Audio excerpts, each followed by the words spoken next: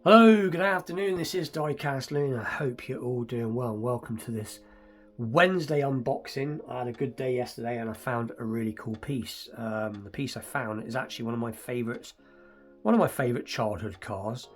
But I think I'll just show you what it is and I'll explain a bit more as I go along. So I found this yesterday in a local toy store, or my local, nearest to me local toy shop that I sometimes pop in. Who obviously they do sell, occasionally they sell Team Transport. So I found this, or actual fact, I found the whole set was there. So this is one, when I seen it a while ago, I can't remember where I seen it now. I think it might have been in the Langley Group channel, possibly. I can't remember if anybody else has in the communities unboxed this yet. I expect they have. But anyway, it is the Rover 70 Rover P6 Group 2, obviously race car, with the Hot Wheels Rally hauler, is it? So anyway, we'll take a look at the back first. So these were all here, so let's get a bit of zoom on. So these were all here. There was two sets of it as well, and I haven't ruled out going back for this set, possibly. See, the problem I'm faced with, this is a great set, but I'm getting quite a few of these building up my collection. I don't like to have too much of the same thing. This is the only problem with the Team Transport, or at least the only problem I have, is they do a lot of the same trucks. But the Alpha, which it is the Romeo 156, is awesome. This is another very cool piece, especially that hauler. That is a very, very cool hauler. As you can see, it has the 72 Chevy ramp truck. I believe Charles from Charles Diecast Garage, give him a little shout out. I believe he came across one the other week, which like I said, but if I mainly like it for the hauler, if I'm completely honest. But this one was the one I jumped on the quickest, being the fact that it's a bit different, has a van and a trailer, and it has the car that I really like. So anyway, let's get it open and take a closer look, and then I'll explain a little bit about why this is one of my favourite cars from my childhood. You have to excuse my fingernails, I just realised they're quite dirty. I've been doing a lot of work on my car recently, so I can't get my nails to ever scrub up. But anyway, let's get it open and take a closer look. So bear with me. Get rid of that bit.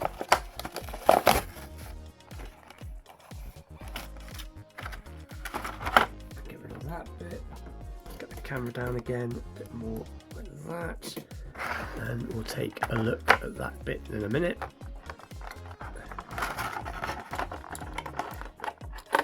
So this is a car that when I seen it, as I said a while ago on one of the YouTube channels, I was surprised they were going to make it, as it is a British car from the British Leyland years. My father actually had a standard road going version. This is obviously, like it says, a Group 2 race car version, or being made to look like a Group 2 race car version. And like I said, I can remember when I was a child, I was probably about 10, maybe a little bit younger, my father having a standard 4-door saloon green version, like a British racing green colour. But they were awesome cars. They were full of leather. My dad's had all leather interior, and it had wood trim, and it had that smell when you got in the car of, you could just smell the leather. And they were just very nicely made motors. I don't think his one was particularly quick, as the engine wasn't big car, not a particularly big engine, but it was a very cool car. And from what I can remember, they had an aluminium bonnet, possibly an aluminium trunk or boot if you're from the UK.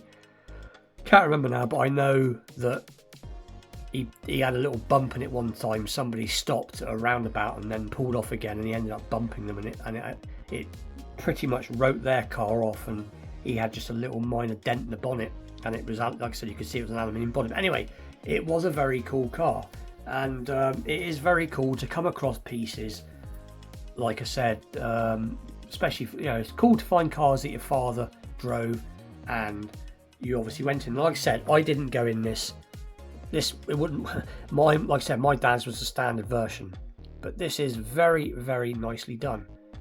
So you can see it's all painted in nice. Got Rover on the back. You can see a roll cage. We can just about see a roll cage. It's got some large wheels on the back and small on the front. It is very nicely done, and that grille setup is exactly like the one on my dad's car, and it looks like it's from the Series 1 Rover. So a little bit of information on the Rover. So the actual name of this car is the Rover P6, is its actual name.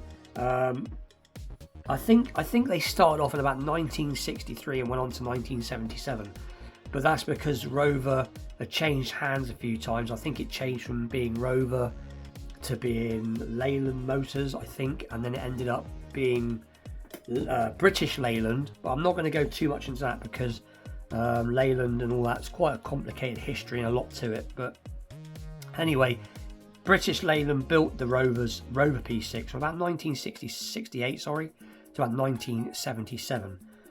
The engine's sizes that they had were the 2 litre overhead cam. They did a 2.2 overhead cam and a 3.5 overhead cam. The 3.5 was a V8.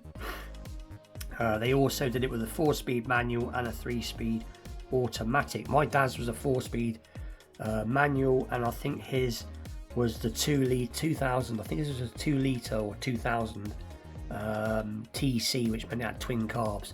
So it had a little bit of pep to it, but it wasn't as quick as the V8. The V8 version of this was actually very fast for back in the day, and bank robbers like these cars, sort of like gangs like these cars, and obviously, like I said, these were, if you had one of these were quite an upmarket car. Not quite on the level of a Jag or Jaguar, but still very nice. They were built in Solihull, England.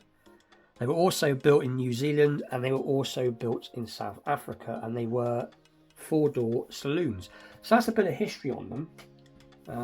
So like I said, for me, this was the one to pick up. So there is the underneath. Quite well would help. So there you go, 1970 Rover P6 Group 2, made in Thailand, 2022 casting. Awesome. You can see the Leyland logo there for British Leyland. So very cool. And then obviously you get this awesome, nice metal, quite weighty die-cast trailer, which is awesome. So you can obviously stick other vehicles on this if you would like, or I'm not sure, I think that's supposed to be a fire extinguisher possibly. I can't quite tell if it was a winch. It's a little closer look off camera. I don't know. I'm not quite sure what that is supposed to be, but anyway. So this obviously sits on the back like that, and obviously springs to being level, so that's very nice. And then you've got this cool, I'm not quite sure what this is based on, but it is pretty cool. Again, very weighty, in the same livery colours. Got this quite chunky tow hook here, tow hitch. Got some what look like recessed paint, tampoed lights. It's not a bad looking truck. It's got the same wheels,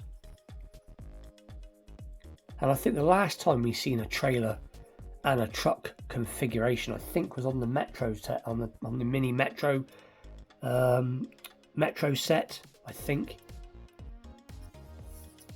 But like I said, when I seen this, it was a no-brainer, because like I said, it just reminded me of when I was a kid, and I particularly liked this car.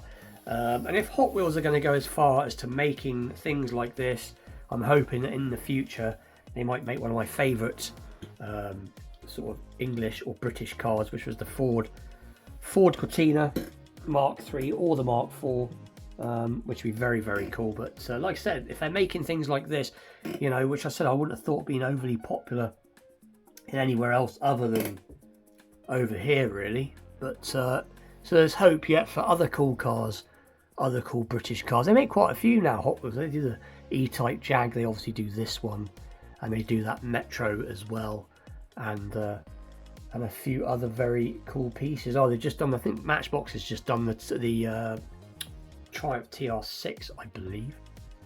Have I got that right? Anyway, with that, it is today's video. It's not gone too long, but please like, share, subscribe. Stay tuned for more unboxes on a Wednesday. I'm going to try and pick up something new for every Wednesday. I'm still going to do occasionally a movie car mania episode. Like I said a week or two back, I said I'm going to cut back on my videos because I've got some other stuff going on. But I thought, no, I'm going to keep ploughing through. I like doing this Monday, Wednesday, Friday configuration if I can. But I think I'm going to just try and take a bit of pressure off myself and just find something new for every Wednesday. But anyway, with that, like I said, please like, share, subscribe. And with that, I'll see you all very soon. Thank you for watching. Take care.